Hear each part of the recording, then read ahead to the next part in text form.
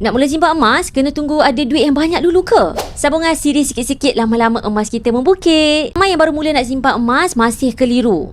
Nak mula dengan bajet kecil dulu ke ataupun nak terus beli gold bar yang besar terus? Sebenarnya yang paling penting bukan berapa banyak yang kita mula, tetapi cara kita menyimpan tu. Saya selalu pesan dan cadangkan, jangan tunggu sampai ada duit yang banyak baru kita nak mula. Nanti tunggu-tunggu sampai bila tak mula-mula. Sebab dalam simpanan emas, konsisten tu lebih penting daripada bermula dengan jumlah yang besar lepas tu kita stop.